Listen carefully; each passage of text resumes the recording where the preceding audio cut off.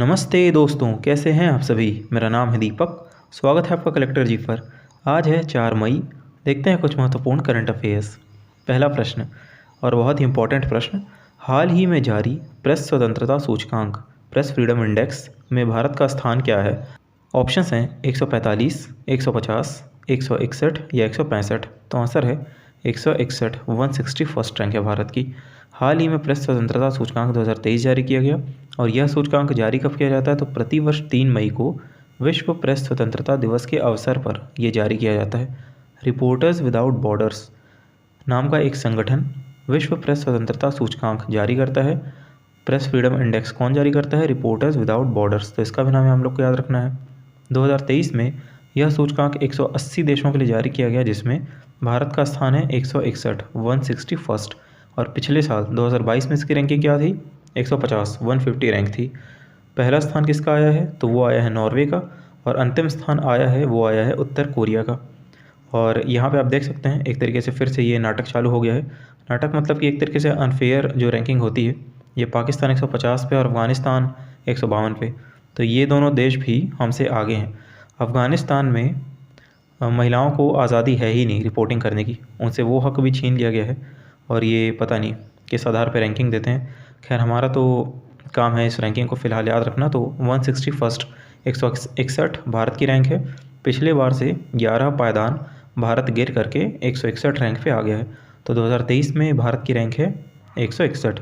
बात की जाए प्रेस फ्रीडम इंडेक्स की, तो विश्व प्रेस स्वतंत्रता सूचकांक 5 अलग अलग कारकों पर आधारित होता है। ये 5 अलग अलग कारक कौन से होते हैं? 5 अलग अलग फैक्टर्स: राजनीतिक संभावना, आर्थिक संभावना, विधायी संभावना, सामाजिक संभावना और सुरक्षा संभावना। इनमें से प्रत्येक के लिए स्कोर की गणना की जाती है। जैसे सुरक्षा संभावना जो है, सुरक्षा संकेतक, इसमें भारत लगभग 172 रैंक के आसपास है, मतलब 172 पॉइंट कह सकते हैं। इसमें तो काफ़ी पीछे है इसमें। इनमें से प्रत्येक के लिए स्कोर की गणना की जाती है और प्रेस की स्वतंत्रता के संदर्भ में देशों की समग्र रैंकिंग निर्धारित करने के लिए उपयोग किया जाता है। तो ये रैंकिंग में सहायता करता है, ये जो 5 फैक्टर्स हैं ये। तो प्रेस फ्रीडम इंडेक्स जारी कौन करता है? Reporters without borders. ये हम लोग को याद रखना है। चलिए आगे देखते हैं। डीआरडीओ और भारतीय नौसेना ने कहाँ पर स्वदेशी ADC 150 का पहला सफल परीक्षण किया? ऑप्शंस हैं श्रीहरिकोटा आंध्र प्रदेश, चांदीपुर ओडिशा, गोवा तट में या तमिलनाडु तट पर। तो आंसर है गोवा तट पर किया गया इस ADC 150 का परीक्षण। आइए देखते हैं ये क्या है। ADC 150 150 का सफल परीक्षण भारतीय नौसेना तथा DRDO ने किया। ADC का फुल फॉर्म क्या है? Air droppable container. गोवा के तट से IL-38ST विमान से ADC 150 का पहला सफल परीक्षण किया गया। ADC 150 स्वदेशी रूप से डिज़ाइन और विकसित 150 किलो पेलोड क्षमता वाला ड्रॉपेबल कंटेनर है। एक्चुअल में इसका उपयोग क्या है देखिए, और इसका नाम ADC 150 क्यों है? ADC तो हो गया एयर ड्रॉपेबल कंटेनर, और 150 क्योंकि 150 किलो पेलोड क्षमता है इसकी। अब आइए देखते हैं। इस कंटेनर के माध्यम से तट से 2000 किलोमीटर या इससे अधिक दूरी पर स्थित जहाज़ तक संकट के समय ज़रूरी उपकरण कम से कम समय में पहुंचाए जा सकेंगे। चाहे वो कोई इंजीनियरिंग सामान हो, चाहे कोई सा भी सामान हो सकता है, उसके लिए जहाज़ को दोबारा तट पर आने की ज़रूरत नहीं पड़ेगी, दोबारा डॉक करने की ज़रूरत नहीं पड़ेगी।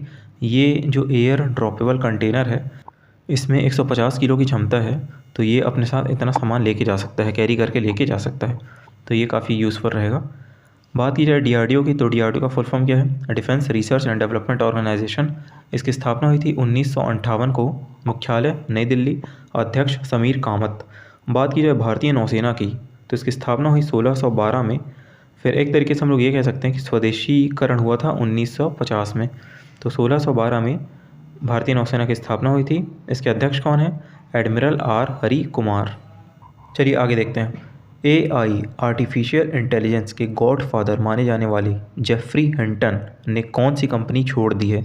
ऑप्शंस हैं Google, Microsoft, Neuralink, open AI। तो आंसर है गूगल। गूगल से इन्होंने अपना पद त्याग दिया है। हाल ही में चर्चा में रहे जेफरी हिंटन ने गूगल छोड़ दिया है। उन्हें आर्टिफिशियल इंटेलिजेंस का गॉडफादर माना जाता है। उनका कहना है कि अब वे AI के खतरों से लोगों को जागरूक करने का प्रयास करेंगे। तो उन्होंने कंपनी छोड़ दी क्योंकि वो खुद आर्टिफिशियल इंटेलिजेंस को एक ख़तरा मानते हैं और उसी के खतरों से लोगों को जागरूक करने का प्रयास करेंगे वो। जेफरी हिंटन एक प्रसिद्ध कंप्यूटर वैज्ञानिक हैं और उन्होंने मशीन लर्निंग और तंत्रिका नेटवर्क एल्गोरिदम के विकास में महत्वपूर्ण योगदान दिया है। हिंटन को 2018 में ट्यूरिंग अवार्ड से सम्मानित किया गया, जिसे कंप्यूटर विज्ञान के सर्वोच्च सम्मानों में से एक माना जाता है। चलिए आगे देखते हैं। अगला प्रश्न, made in India 75 years of business and enterprise के लेखक कौन हैं? ऑप्शंस हैं अमिताभ कांत, राजीव कुमार, BVR सुब्रमण्यम, सुमन के बेरी। तो आंसर है अमिताभ कांत। ये इस किताब के लेखक हैं। Made in India Amitabh Kant की पुस्तक है। अमिताभ कांत पूर्व नीति आयोग के चीफ एग्जीक्यूटिव ऑफिसर, मुख्य कार्यकारी अधिकारी रह चुके हैं, जो कि वर्तमान में कौन है? वर्तमान में नीति आयोग के CEO हैं BVR सुब्रमण्यम और वर्तमान में उपाध्यक्ष कौन है? सुमन के बेरी। चलिए आगे देखते हैं। Made in India 75 years of business and enterprise के लेखक अमिताभ कांत हैं। वह पूर्व में नीति आयोग के CEO, मुख्य कार्यकारी अधिकारी रह चुके हैं। यह पुस्तक भारत के स्वतंत्रता के 75 वर्षों के बाद अपने पूर्व औपनिवेशिक स्वामी यूनाइटेड किंगडम को पीछे छोड़ते हुए दुनिया की 5वीं सबसे बड़ी अर्थव्यवस्था बनकर एक महत्वपूर्ण मील का पत्थर तक पहुंचने के बारे में है कि किस तरीके से उस गुलामी से निकलकर भारत आज दुनिया की 5वीं सबसे बड़ी अर्थव्यवस्था बनकर उभरा है, जिसमें उसी यूनाइटेड किंगडम को हमने पीछे छोड़ दिया है, ब्रिटेन को, जिसने एक समय पे हमारे ऊपर राज किया था। अगला प्रश्न, हाल ही में किस पूर्व सांसद को शताब्दी पुरुष मैन ऑफ द सेंचुरी की उपाधि से सम्मानित किया गया? ऑप्शंस हैं पंडित रामकिशन, सुनील उपाध्याय, केदार यादव, यशवंत सिंह। तो आंसर है पंडित रामकिशन। हाल ही में पूर्व लोकसभा सांसद पंडित रामकिशन को शताब्दी पुरुष की उपाधि से सम्मानित किया गया, मैन ऑफ द सेंचुरी। वर्तमान में पंडित रामकिशन 97 साल के हैं, 97 ईयर्स। और इनको क्यों दिया गया ये उपाधि? समाजवादी नेता के रूप में उनके योगदान के लिए उन्हें नई दिल्ली में यह उपाधि दी गई। तो इनका योगदान काफ़ी बड़ा है समाजवादी नेता के तौर पे।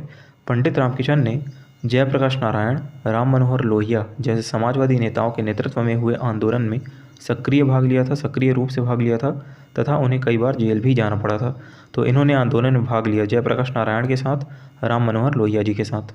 तो जयप्रकाश नारायण, राम मनोहर लोहिया, इन्होंने 1934 में कांग्रेस समाजवादी पार्टी की भी स्थापना की थी। तो हम लोग ये भी याद रख सकते हैं। और ये तो याद रखना ही है कि मैन ऑफ द सेंचुरी कौन है? पंडित रामकिशन। इनको ये उपाधि दी गई है। चलिए अगला प्रश्न देखते हैं। हाल ही में चर्चा में रहा ब्लू बगिंग क्या है? ऑप्शंस हैं वायरस है, या हैकिंग का एक टाइप है, स्पाईवेयर है, या मालवेयर। ये एक हैकिंग का टाइप है, हैकिंग। ब्लू बगिंग एक हैकिंग तकनीक है जो ब्लूटूथ के माध्यम से होता है। एक हैकिंग टेक्निक जो कि ब्लूटूथ के माध्यम से हैक किया जाता है, जिसमें एक हमलावर किसी डिवाइस जैसे स्मार्टफोन के ब्लूटूथ कनेक्शन को हैक करके अनधिकृत पहुंच प्राप्त करता है। एक बार जब डिवाइस ब्लू बगेड हो जाता है तो हमलावर संभावित रूप से कॉल सुन सकता है, संदेश पढ़ सकता है, भेज सकता है, चोरी कर सकता है। हाल ही में यह आंध्र प्रदेश में चर्चा में रहा। आंध्र प्रदेश के प्रकाशम जिले में इसके खतरे को देखते हुए स्मार्टफोन यूज़र्स को सावधान रहने को कहा गया था। तो ब्लूटूथ के माध्यम, देखिए नाम से ही समझ में आ रहा है, ब्लू बगिंग मतलब ब्लूटूथ के माध्यम से, बग मतलब एक तरीके से हैकिंग। तो ब्लू बगिंग एक हैकिंग का टाइप है, हैकिंग का रूप है। चलिए आगे देखते हैं।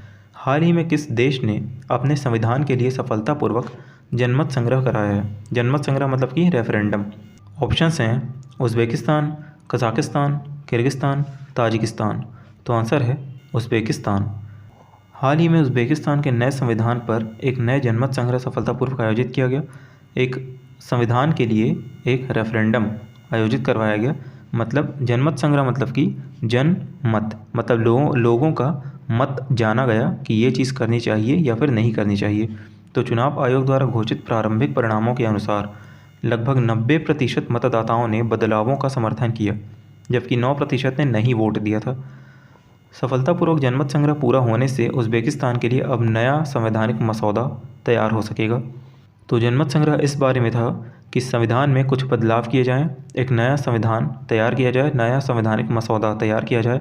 तो देखिए बदलावों के अनुसार राष्ट्रपति का कार्यकाल बढ़ सकता है।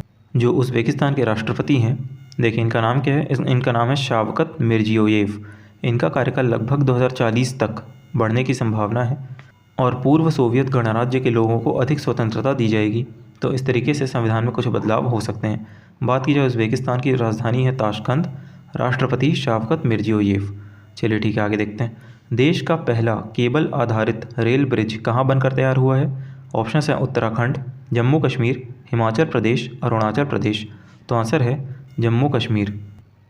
और जम्मू कश्मीर में ही अभी पहला सिंथन स्नो फेस्टिवल आयोजित किया गया था। चलिए आगे देखते हैं। जम्मू कश्मीर में भारत का पहला केबल आधारित रेल ब्रिज बनकर तैयार हो चुका है और जल्द ही कुछ समय बाद ये लोगों के लिए भी आवाजाही के लिए तैयार कर दिया जाएगा। इस पुल का नाम क्या है? अंजी खड्ड पुल या अंजी खाट पुल। यह कटरा और रियासी को जोड़ने वाला केबल स्टे ब्रिज है। कटरा डिस्ट्रिक्ट और रियासी डिस्ट्रिक्ट को जोड़ने वाला केबल स्टे ब्रिज है ये। 725 मीटर लंबे इस पुल में 473 मीटर का भाग केबल के सहारे है। तो 725 मीटर कुल इस पुल की लंबाई है, जिसमें से 473 मीटर केबल के सहारे हैं। यह नदी के तल से करीब 331 मीटर ऊपर है। इस पुल को 96 केबल से सपोर्ट मिल रहा है, 96 केबल से सपोर्ट इसको मिल रहा है और इसे हिंदुस्तान कंस्ट्रक्शन कंपनी ने बनाया है। तो इतनी चीज़ें हम लोग याद रखेंगे इस पुल के बारे में, क्योंकि भारत का पहला केबल आधारित ब्रिज है ये, इसलिए ये काफ़ी इंपॉर्टेंट हो जाता है। तो अंजी खाट पुल, लंबाई लगभग 725 मीटर, जिसमें केबल के सहारे 473 मीटर, ऊंचाई इसकी कितनी है? 331 मीटर और 96 केबल से सपोर्ट मिल रहा है, 96 केबल से सपोर्ट मिल रहा है। बनाया किसने है? हिंदुस्तान कंस्ट्रक्शन कंपनी ने। चलिए लास्ट क्लास को रिवाइज करते हैं। हाल ही में सात्विक साईराज रंकीरेड्डी और चिराग शेट्टी की जोड़ी ने एशिया बैडमिंटन चैंपियनशिप में कौन सा पदक जीता? तो आंसर है स्वर्ण पदक। ये हुआ कहाँ था चैंपियनशिप? तो दुबई में आयोजित हुआ था। हाल ही में किसने गीगा चैट लॉन्च किया है? तो आंसर है रूस। हाल ही में विश्व शतरंज चैंपियन कौन बने हैं? डिंग लिरेन, जो कि चाइना से हैं, पहले चीनी खिलाड़ी जिन्होंने ये खिताब जीता है। हाल ही में PRET पहल किसके द्वारा प्रारंभ की गई? तो ये प्रारंभ की गई थी WHO वर्ल्ड हेल्थ ऑर्गेनाइजेशन के द्वारा। हाल ही में किस राज्य को हुडको पुरस्कार 2022-23 से सम्मानित किया गया? तो आंसर है उत्तर प्रदेश।